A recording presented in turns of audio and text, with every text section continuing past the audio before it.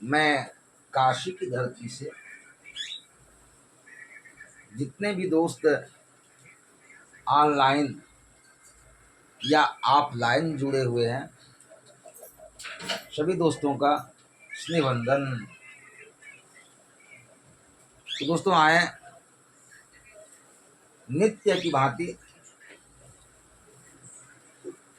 अपना क्लास चालू हो गए। दोस्तों, सभी लोग अपना अपना किताब खोल लेंगे, निकाल लेंगे। मुहूर्त चिंतामणि के नक्षत्र प्रकरण के 11वां श्लोक। मुहूर्त चिंतामणि के नक्षत्र प्रकरण के 11वां श्लोक देखिए कि वो क्या लिखे हैं। वस्त्राणाम नवभागकेषु च चतुष्कोणे मया राक्षा मध्यतंसगता नरास्तु सदृशे पार्श्वे च मध्यांशयोः दग्धीवास्पत्ते अम्बरे नवतरे पंकादिलिप्ते च नुषद रक्षोंसे निषुदाशयोः शुभम असत् सर्वांशके प्रान्ततः। दोस्तों, देखें ये अन्वय में क्या लिखे हैं। अन्वय को देखिए।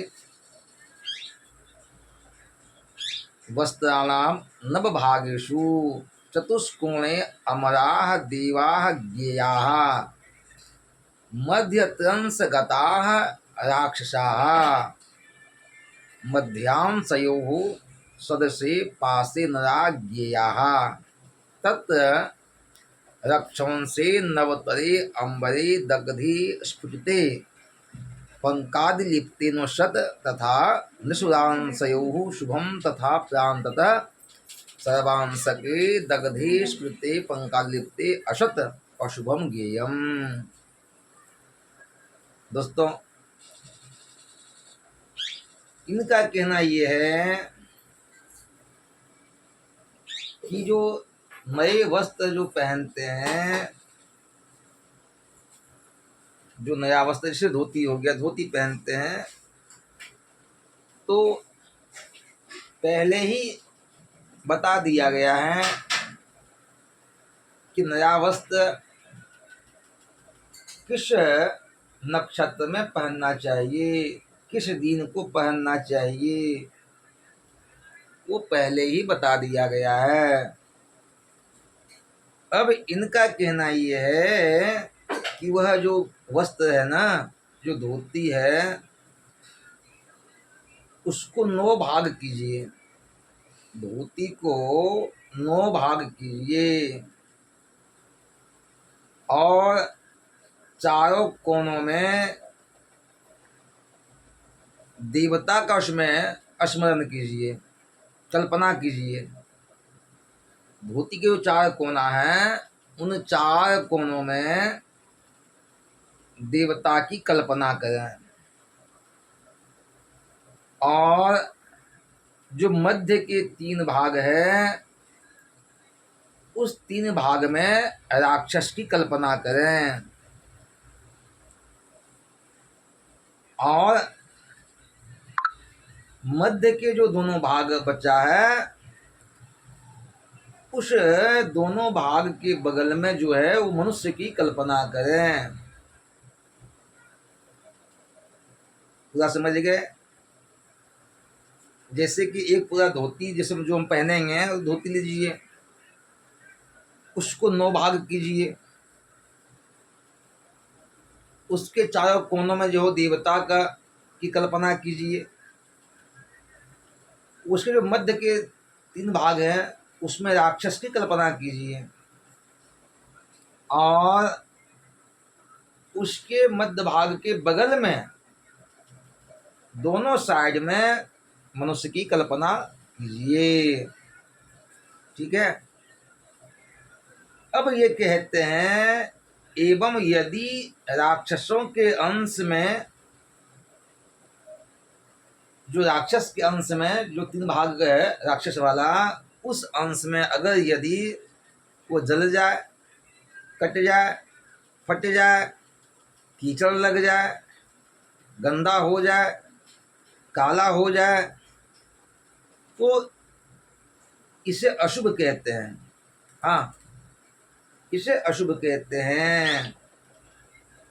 और कहते हैं यदि देवता और मनुष्य के अंश में वह अगर फट जाए, कीचड़ लग जाए, मैला हो जाए, तो वह शुभ है।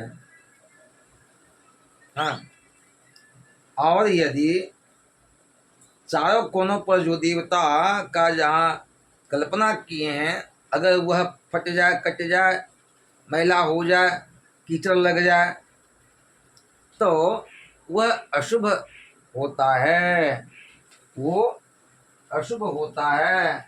दोस्तों, इसको ऐसे समझिए,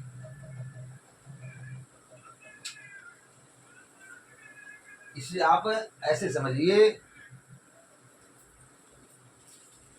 सभी लोग बोर्ड की ओर देखेंगे।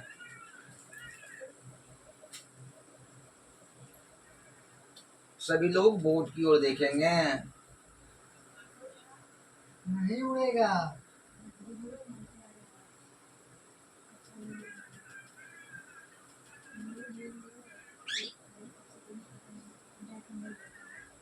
दोस्तों,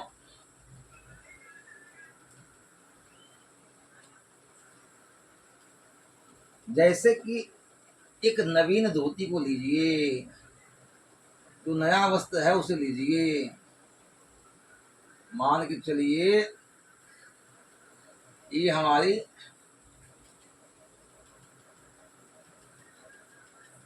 ये धोती है। अब इस धोती को आप 9 भाग कीजिए। धोती को आप 9 भाग कीजिए।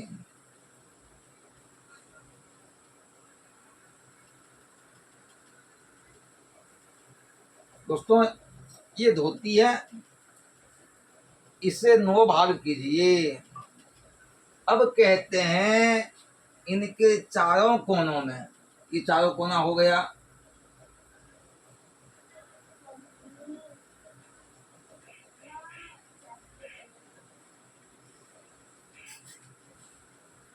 इन चारों कोनों में आप देवता की कल्पना कीजिए।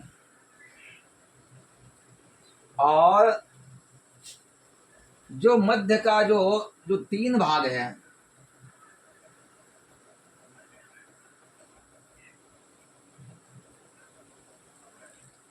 ये मध्य का जो 3 भाग है, इस 3 भाग में आप राक्षस की परिकल्पना कीजिए। अब जो शेष 2 भाग बचा है,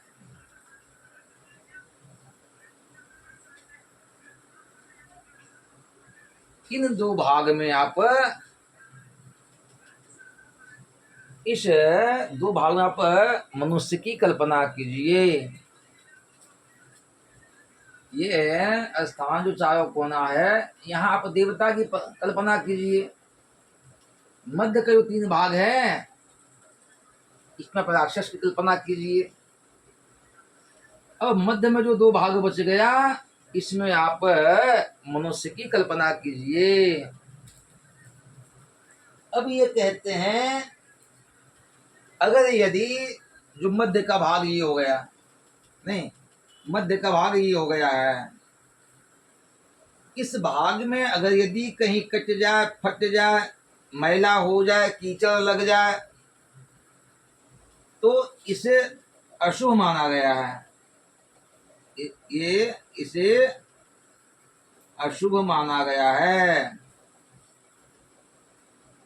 और यदि जो मनुष्य का जो 2 भाग है, अगर यदि इस भाग में, जो मनुष्य के भाग में अगर वह कट फट जाए, कीचड़ लग जाए, मैला हो जाए, गंदा हो जाए, तो इसे शुभ माना गया है। इसे शुभ माना गया है। और यह जो चारों कोना है जहाँ आपने देवता की कल्पना की है, अगर यहाँ यदि कट फट जाए, ये चारों कोनों में मेला हो जाए, काला हो जाए, गंदा हो जाए, तो यह भी अशुभ है।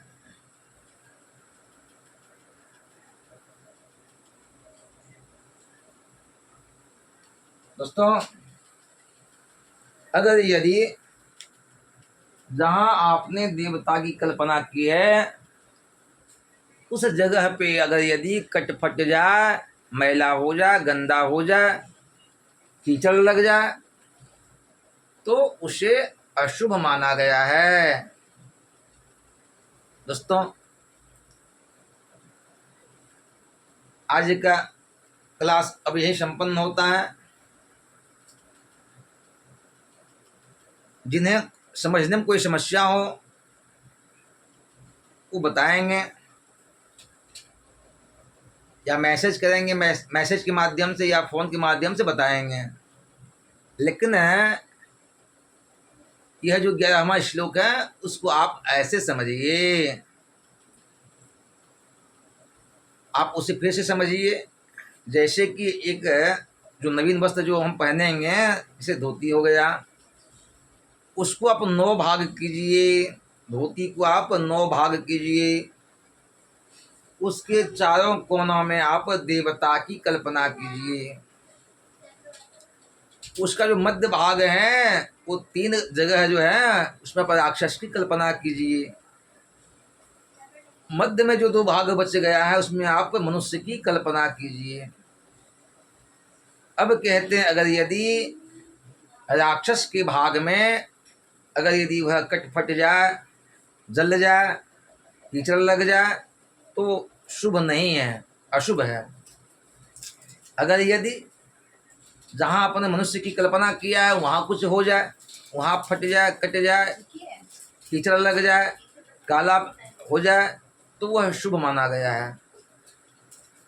लेकिन अगर यदि चारों कोनों में जहाँ अपने देवताओं की परिकल्पना किया है, अगर वहाँ कट फट जाए, गंदा हो जाए, मैला हो जाए, तो उसे अशुभ माना गया है।